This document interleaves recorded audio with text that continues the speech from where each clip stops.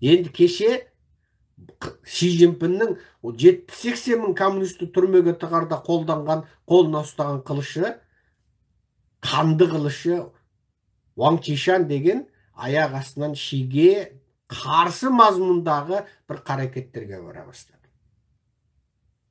Ал Ван Чишан ол да қаныш. Ол да бүкіл жаңағы Джек Масы бар, анау мына бүкіл миллиардерлердің жемтіктесі. Ал ол миллиардерлердің бәрінің көзін құртып болды Ши. Джек Маны тыржалаңаш дамбалымен қоя берді. Джек Ма бүкіл ақшасын бәрін тапсырып берді. Енді ары Қытайда не болады? Бұл миллиардерлер үнсіз қала ма? Үйге байланған, үйдің қымбаттығынан үйге байланған, кредитке байланған халық үнсіз қала ма? Алдыңғы жолғы лекциямда Қытайлардың хал әуенде қандай наразылық танытқандығын көрсеттік. Қытайда қазір бұрқ етіп қайнап тоқтайды. Мысалы, карантин кезінде карантинге қарсы ереуілдер. Одан кейінгі аққағаз ереуілі. Енді қазір Ли Кечаңды әлеуметтік желіде еске алу, толқын, адамдардың наразылығы. Қазір таңғажайып құбылыс болды. Бұрқ-сақ қайнап тұр. Ең сұмдық нәрсе Америка Орта Шығысқа тарихта болмаған өзінің ұшақ тасығыш 6 соғыс кемесін жібере қойғанда. Ұшақ тасығыш 6 соғыс кемесін жібере қойғанда. Екінші дүниежүзілік соғыстан кейін Америка ешқандай өңірге бұндай зор көлемдегі техникасын жіберген жоқ. Қытайдың желі бірақ шықты да, Қытайдың халық газетінде Америкамен достықты бүлдіруге қатаң қарсы тұрамыз. Америкамен Қытай достығы тұрақты түрде, баянды түрде дамуы керек деген мақала жарияланды. Бұл деген сөз не? Бұл деген сөз Қытай қысқасы Америкадан қорқты.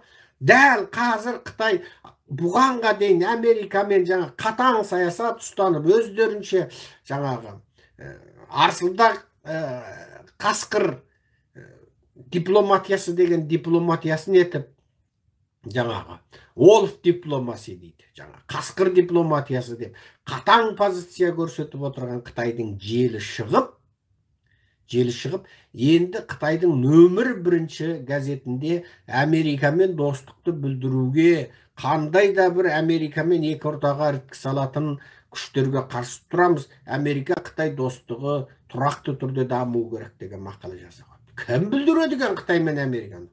Қытайдың өзі. Бұл деген сөз қазір Америка Израильді батыл түрде қолдап, қазір Хамастың бүкіл Газадағы бүкіл жаңа Қытай қазып берген үңгірлерінің ішіне су жіберіп, жаңағы бүкіл үңгірлердің кірген аузы, шығатын аузы, жан ауыздарының бәрін алып, енді террористер жаңағы барар жер басар тау қалмады. Бірақ қызық болғанда тағы да бір 20 мың шыға келді.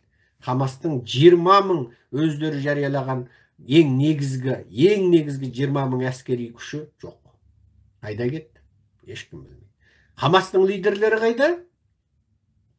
Катарда, Саудияда, Дубайда. Назарбаев қайда? Дубайда. Мүмкін Назарбаевтың көршісі шығар Хамастар. Қаулайлым. Мына дүниеде 100 бәленбай тоқалын алып, тағы жаңа өздерінің нанын бойынша ана дүниеде бәленбай 100 қорғыздары беріледі. Соны күтіп, ал халқы ана жақта қырылып, тас талқанба бөліп, анау видеоны көрудің өзі мүмкін емес. Анау бір әке жылап жүр, ана қирап қалған үй тас талқан, бүтін кірпіш жоқ, қирандының ішінен бір әке еңіреп жылап жүр, мидан кетіп қалған, 4 баласы жоқ. Ана кірпіштердің өзі үгітіліп кеткен жерде, ол балалар не болды? Ол балалар да тас талқан болып жыртылып кетті ғой. Ана әке қолымен тырмалап, ана қирандыны іздеп жатыр. Ана әлеуметтік желідегі видеоларды көру мүмкін емес. Қырғын, соғыс, міне. Ал бұл арабтардың ең үлкен қателігі, тарихи қателігі. 1948 жылы Египет араб сенді, Иордания араб сенді. Египеттің де Иорданияның да артында тіреуіш кім еді? Совет одағы болды.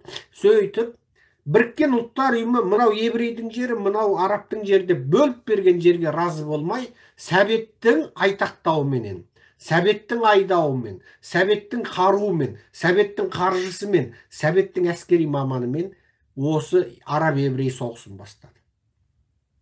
Бұғанға дейін 5 рет соғыс болды. 5 ретінде де Совет тасталқан болып жеңілді. 5 ретінде де арабтар сол Советке сенді. Каддафиді кім қаржыландырды? Совет қаржыландырды. Каддафидің бүкіл мұнайдан, газдан түскен байлығын кім алды? Совет алды. Қолына қару беріп, бүкіл сол мұнайлы елдердегі ең бір жаңа кез келген уақытта соғыс туатын арсылдаған ит Каддафиді сол Совет, орыс, солар ит қылып орта шығысты үргізіп қойды. Каддафи өлгенде Қазақстандағы газабектер еңіреді. О, Каддафидің кезінде газ тегін еді. Каддафидің кезінде бәлем бай мың адам Еуропада, Америкада тегін оқыпты. Каддафидің кезінде алай екен, бұлай екен. Каддафидің кезінде халқы соған тәубе қылмай, шүкір қылмай, міне, содан міне осы күнге қалды дейді. Ей, Каддафи кімнің иті болды? Каддафи орыстың иті болды. Осыны түсінетін Қазақстанда өте аз. Америка Каддафиді қорлады, әйтті бітті дейді. Ал Каддафи бүкіл арабтың басын қатырды. Бүкіл түскен табысты орысты күшейтуге жұмсады. Орыс бір темірді зерттеп жасады, ол жаңа темір біздің мына зымыранымыз ана зымыранға ұқсамайды деп бір жаңа зымыран, орыстар жаңа арақ ішіп отырып сыртындағы сырын, краскасын өзгертсе, соны Каддафи $1 миллиард сатып алады. $1 миллиард сатып алады. Сөйтіп бүкіл Советті күшейтіп отырған солар. Саддам Құсайынды ит қылып бүкіл арабқа үргізтіп, Иранмен соғыстырған кім? Тағы да орыс. Қазіргі Сириядағы Башар Асадты бүкіл қаруымен, қаржысымен қолдап отырған кім? Тағы да орыс. Тағы да орыс. Ал Хамастың мамандарын Сириядағы Башар Асадтың базасында тәрбиелеген кім? Тағы да орыс пен Иран. Ал Башар Асад өткенде Қытайға барып, Шидің бұтқанасында табынып қайтты. Тек патшалар табынатын бұтқанаға кіріп табынып қайтты. Сол Башар Асад мұсылман ба? Міне әңгіме қайда жатыр. Сондықтан орыс жүрген жерде ойран. Орыс жүрген жерде ойран. Қытай жүрген жерде қырғын. Орыс, Қытай бүкіл дүниенің зұлымдығының қайнар көзі. Орыс, Қытай қазақтың тарихтан бергі ата жауы. Орыс, Қытай қазақтың бүкіл қырғынына тікеден тіке себепші.